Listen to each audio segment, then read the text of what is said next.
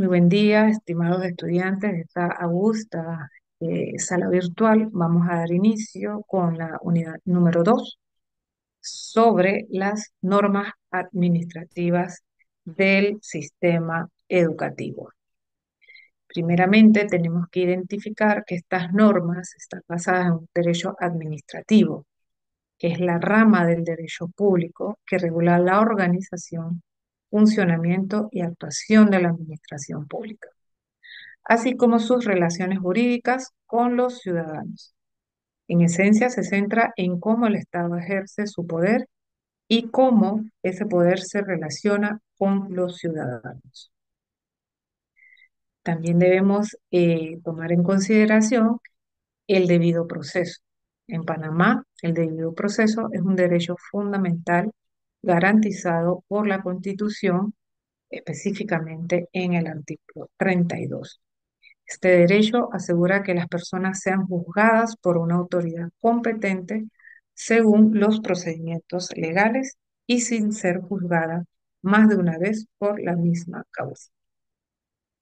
La Ley 46 de 1947, Orgánica de Educación, indica varios numerales. Uno, representa un hito fundamental al establecer la estructura y los principios rectores del sistema educativo panameño moderno. Dos, establece los cimientos de la educación actual. Tres, define el rol del Estado en la educación. Cuatro, consagra los deberes y derechos tanto del estudiante, docentes y la sociedad en general. Y cinco, organización de los niveles educativos. El decreto 121 de 16 de febrero de 2012, por el cual se establece el Código de Ética Profesional del Cuerpo de Educadores de la República de Panamá y crean estímulos para esto. Eh, Indica que deben desarrollar una identidad profesional sólida, entender los deberes y responsabilidades inherentes a la labor educativa. Debe guiar su conducta en el aula y la comunidad educativa. Establecer principios éticos para la interacción con estudiantes, padres, colegas y la administración. Debe fomentar un ambiente de aprendizaje positivo y respetuoso. Asegurar el bienestar integral de los estudiantes. También debe comprender el marco legal que rige su profesión, estar al tanto de las normativas que regulan su ejercicio. Por otro lado, vamos a ver dentro de las normas administrativas el decreto ejecutivo 203 de 27 de septiembre de 1996, por el cual se establece el procedimiento para nombramiento y traslado del Ministerio de Educación. Este decreto ejecutivo establece varios puntos. Eh, Como tales, debe conocer el proceso para ingresar al sistema educativo público, entender los requisitos y pasos para obtener su primer nombramiento como docente. También planifica su trayectoria profesional, saber cómo funciona el sistema de traslado y las posibilidades de movilidad dentro de Meduca. Estar informado sobre sus derechos y deberes como futuros funcionarios públicos. Usted debe conocer las regulaciones que rigen su contratación y desarrollo profesional. Navegar el sistema una vez que estén ejerciéndolo. Facilitar la comprensión de los procedimientos administrativos relacionados con su cargo. Sistema de traslado. Comprender las causales de traslado, necesidades del servicio, razones personales, antigüedad o sanción, los requisitos y los procedimientos para solicitar un cambio de centro educativo.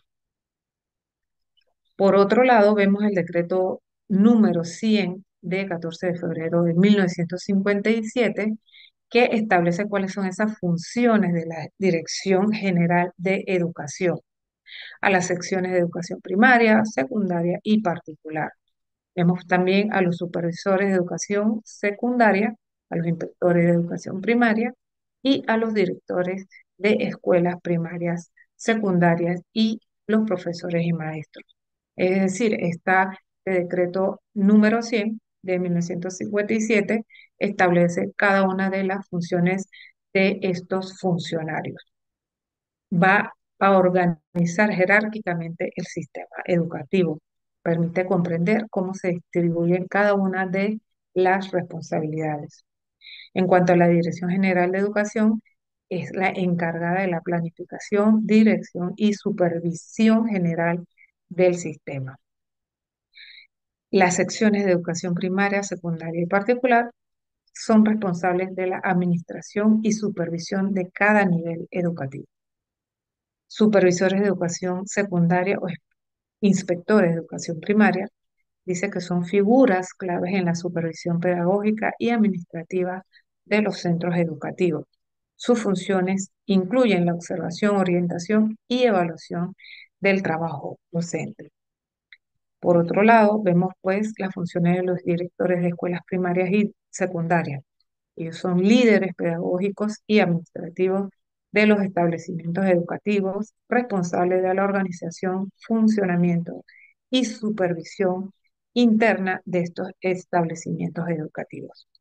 Por otro lado, vemos las funciones de los profesores y maestros. El decreto detalla sus deberes en cuanto a la enseñanza, la disciplina, la colaboración con la comunidad educativa y el cumplimiento de las normativas.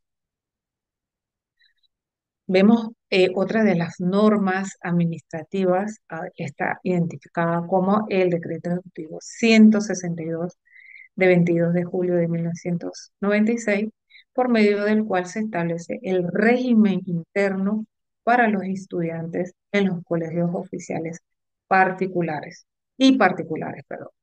Aquí está este decreto ejecutivo, tiene puntos muy específicos, tales como el derecho y deberes de los estudiantes, la norma de convivencia escolar. Esta herramienta jurídica también delimita las faltas disciplinarias y sus consecuencias y establece ese procedimiento disciplinario como tal. Fundamenta la elaboración de los reglamentos internos de los planteles, promueve una cultura de paz y respeto en la comunidad educativa. También establece esa participación que va a tener los padres de familia. El decreto ejecutivo 245 de 16 de julio de 1985, por el cual se adopta el estatuto de las asociaciones de padres de familia de los colegios secundarios oficiales de la República. Como punto de observancia, indica este decreto ejecutivo conocer el marco legal que rige la participación de los padres de familia, entonces, cuáles son esos deberes, derechos y la estructura como tal de la Asociación de Padres de Familia. Fomenta una colaboración efectiva entre la escuela y la familia, saber cómo interactuar y trabajar conjuntamente con la asociación en beneficio de los estudiantes. Este decreto ejecutivo también establece los roles de los padres en el proceso educativo. Reconoce la importancia de su involucramiento en el rendimiento académico, la disciplina y el bienestar general de sus hijos. Facilita la comunicación y la gestión de proyectos escolares. La Asociación de Padres de Familia son actores claves en la vida escolar y pueden ser aliados importantes en diversas iniciativas. Construir una comunidad educativa sólida. La participación activa de los padres a través de la Asociación de Padres de Familia fortalece el vínculo entre la escuela y el hogar. Vemos un punto importante en este decreto ejecutivo que es la gestión de fondos. Aquí se regulan los mecanismos para la administración transparente de los recursos de la Asociación de Padres de Familia, cómo pueden recaudar. Aquí en rojo lo resaltamos el decreto número 3 de 20 de enero de 1989, por el cual se adopta el estatuto de la Asociación de Padres de Familia de las escuelas primarias oficiales de la República. Eh, Puntos importantes son muy parecidos a los que acabamos de listar de las escuelas oficiales secundarias. Vemos aquí otra herramienta sumamente importante, una herramienta eh, identificada como el decreto ejecutivo número 90 de 1998, por el cual se regula el trámite para la aprobación de los reglamentos internos de las instituciones educativas oficiales y particulares. Como puntos importantes que debemos observar en esta herramienta jurídica es esa obligatoriedad del reglamento interno, ya que todas las escuelas, todas estas instituciones deben contar con un reglamento interno para poder regular en armonía todas esas facultades que tienen. Como segundo punto, el contenido mínimo del reglamento. Este decreto establece aquellos aspectos que deben incluirse en todo reglamento interno. Habla sobre el régimen de disciplina, derechos y deberes de los estudiantes. Esas normas de convivencia que debe contener ese reglamento. El proceso de elaboración generalmente involucra la participación de diversos actores de la comunidad educativa, directivos, docentes, estudiantes y padres de familia. Por último, vemos pues aquí el trámite de aprobación ante el Ministerio de Educación. El decreto detalla los pasos y la documentación necesaria para que el Ministerio de Educación apruebe formalmente el reglamento interno. Esto asegura que cumpla con la normativa vigente. Aquí vemos otro de de las herramientas administrativas. Está identificada como Ley 4 de 2011, que regula ese gabinete psicopedagógico. Tiene como objetivos principales el aprendizaje, promover el desarrollo integral de los estudiantes, prevenir y detectar dificultades, orientar vocacionalmente y asesorar a docentes y padres. Funciones de estos profesionales: la ley especifica las tareas psicológicas, psicopedagogos, trabajadores sociales y otros profesionales que puedan integrar los gabinetes. La organización y funcionamiento. Establece lineamientos generales sobre la estructura y la forma en que deben operar los gabinetes dentro de los centros educativos. Coordinación con otros actores. La ley enfatiza la necesidad de coordinación con docentes, directivos, padres de familia y otros servidores de apoyo. Confidencialidad y ética profesional. Se subraya la importancia de la confidencialidad de la información y el cumplimiento de los principios éticos en la intervención psicopedagógica. Vemos también normativas que tienen que ver con aquellas personas privadas de la libertad. Ese decreto ejecutivo, vamos a parar un momentito aquí, por favor.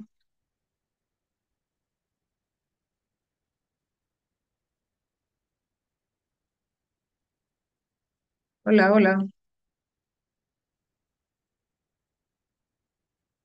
Como herramienta importantísima en el ámbito administrativo, se establece el decreto ejecutivo 217 en 1999, por el cual se crean los centros educativos telebásicos en los centros penitenciarios La Joya y La Joyita, en el corregimiento de Pacora, distrito de Panamá, provincia de Panamá.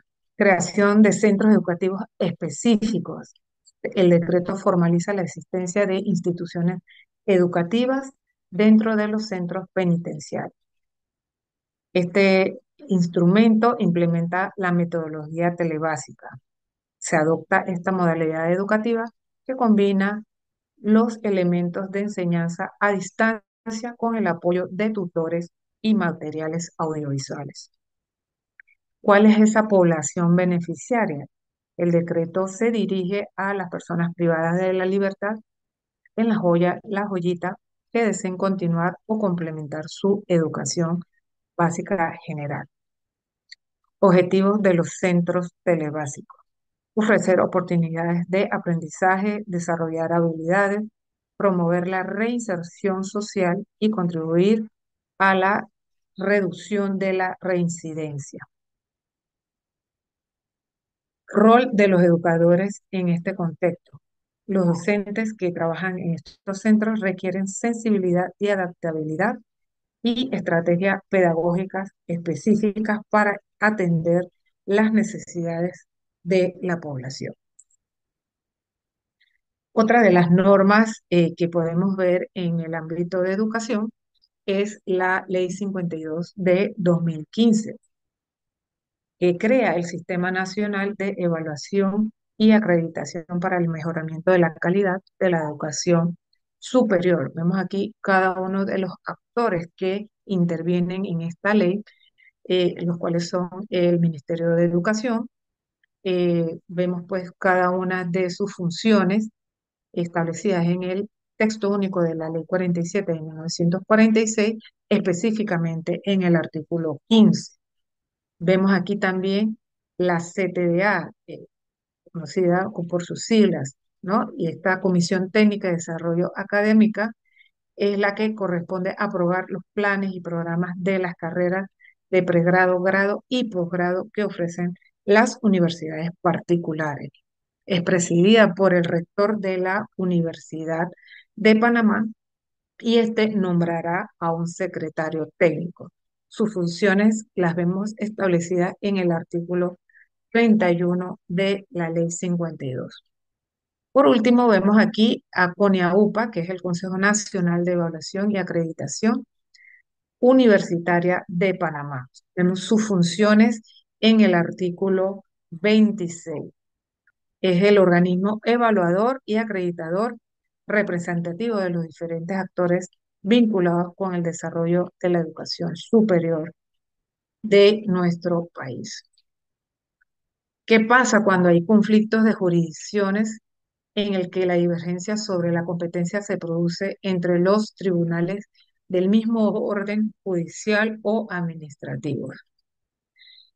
Aquí tendríamos que aplicar la ley 38 de 31 de julio de 2000, donde se establece pues un proceso de apertura que se puede abrir de oficio o por denuncia cuando chocan esas normas en general y las normas especiales, es decir, las leyes educativas, esos decretos específicos, cuáles son. Cuando pasa este evento donde hay un choque de leyes o de decretos que están en ese mismo nivel de la pirámide de Kelsen, se tiene que establecer, mejor dicho, tomar en consideración el principio de especialidad. En el derecho administrativo existe un principio fundamental que la ley especial deroga la ley general. Es decir, aquí tendríamos que tomar eh, como punto de referencia a las leyes especiales que tienen que ver con la educación y todo lo respectivo a los docentes de nuestro país. Cuantas más leyes, más corrupción. No se trata de legislar sin fin, sino de asegurarse de que se cumplan las leyes que ya tenemos. Muchas gracias.